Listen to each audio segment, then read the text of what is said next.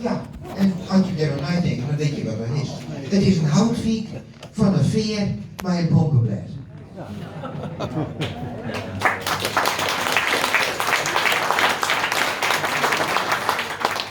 Alsjeblieft. En een broek. En een broek, ja. En zo graag het wil ik aan eerst tolken die keer is. Er zit volgens mij nog iemand in de zaal hier die ook graag iets zou willen zeggen over de prestaties van verder. En dat mag. En dat kan. Ah, leuk. Dankjewel.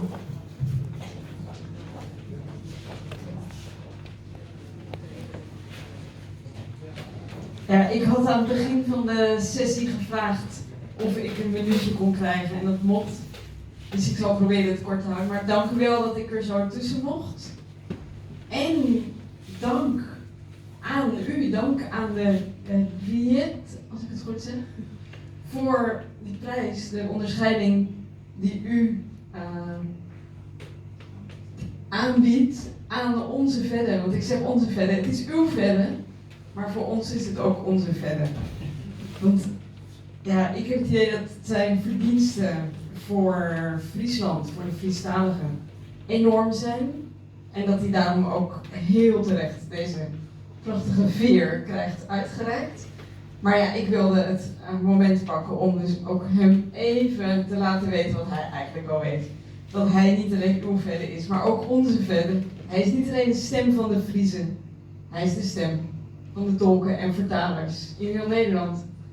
En indirect dus ook van de anderstaligen, die allerlei andere talen spreken. En die ook in Nederland wonen of in Nederland in aanraking komen met de autoriteiten.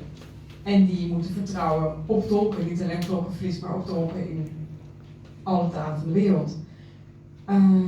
Nou ja, ik wil eigenlijk zeggen, voor wie verder kent, die weet het, maar verder is onvermoeibaar. Hij is 24/7 in de weer. En hij zet zich volkomen in voor ons, ik heb niet gezegd, wij zijn dus samen lid van de orde van registertolken en vertalers, waar verder voorzitter van is. En ja, hij zet zich met ziel en zaligheid in voor onze organisatie en onze collega's, ons vak en onze toekomst. Als er tegenslag op zijn pad is, dan krijgt hij daar alleen maar nieuwe energie van. Soms vragen wij ons wel eens af hoe hij dat doet. Of hij nog een privéleven heeft, wij zijn bang van niet. Maar verder draagt de orde. En vandaar dat wij hem ook iets wilden overhandigen. En ik wil er nog bij zeggen, wij wilden eigenlijk met een grotere delegatie van collega's hier zijn. Maar er waren toch veel mensen die het gezien de COVID-situatie onverantwoord vonden. Ook sommigen van ons wonen in de regio's waar de besmettingsgraad veel hoger is. Vandaar dat we met een klein gezelschap hier zijn. Maar als je kijkt naar de verpakking waar Lindy aan heeft gewerkt, dan zie je dat wij hier met al onze harten in verschillende kleuren aanwezig zijn. Want we zijn niet alleen rood-zwart in onze strijdkleuren, maar er zit goud bij vanwege jouw gouden hart. En nou ja, de inhoud zul je zien als je het uitpakt. Ik weet niet of je het nu wil doen of later, maar het is een kleine attentie om onze dankbaarheid ook aan jou te tonen. Volgens mij heb ik nu wel genoeg tijd van uw tijd.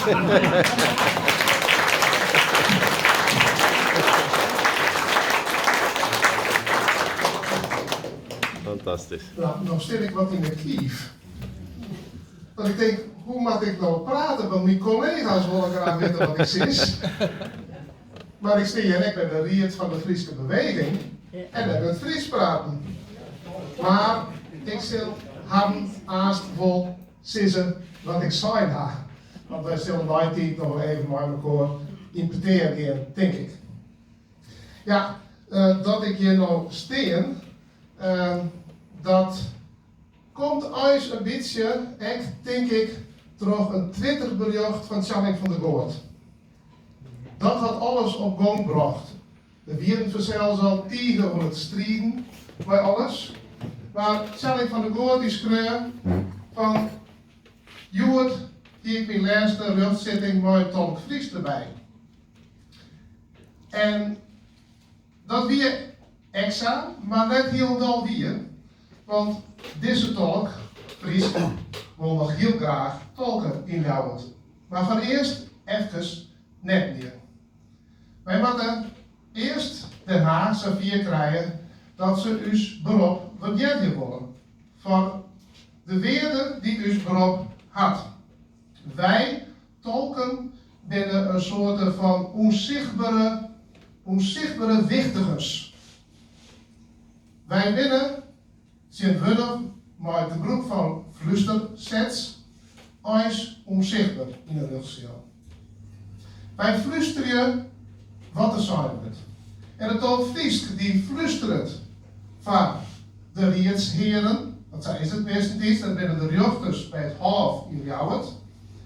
Meestens 5 van de meesten die er zitten, dat is de advocaat-generaal, dus de officier van justitie bij het Hof. En dan binnen de rietsheren, de rechters bij het Hof. En de griffier, die alle 4 dan geen Fries verstaan kennen. En dat er dan iemand is die het Fries praten wil, dan is het vanzelfs wichtig dat er dat waken en dat er een tolk bij is. En die tolk is dan onzichtbaar wichtig.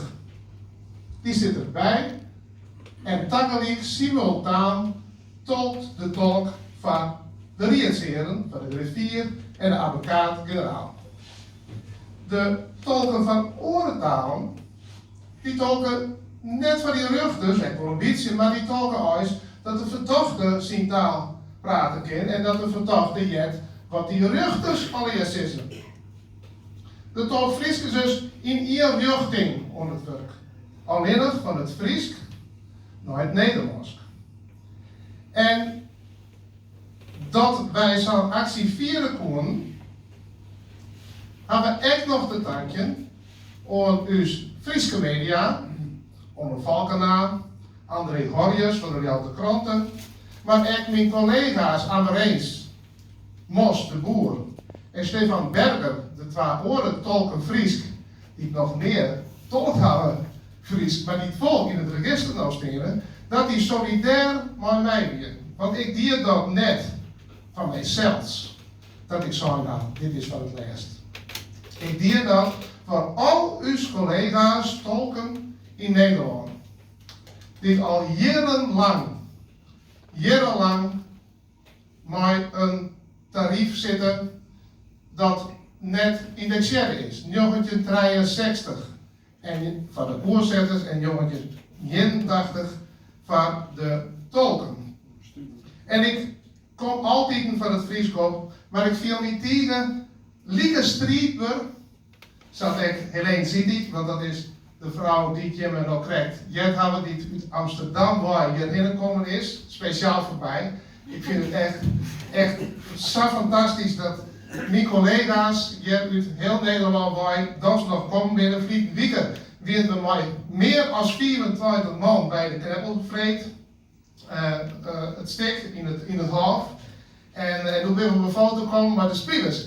Wij willen graag met die spelers op de foto, maar de spelers zeiden, wij willen graag met jullie op de foto. Nou, dat vonden we heel bijzonder. En wat we nou jet hebben voor de belastingdienst, dat de net die wordt wat een apparaat is, dat patten maar de tolken precies aan. Er is een Europese richtlijn die zegt alle verdachten hebben jacht. Ik zit voor. Ik zal zo wel heel wat erop raden. Misschien nog een keer. Maar goed, ik zal dit aanstaan wel even uitpakken. Tegen tijd, ik ben ook zo blij dat je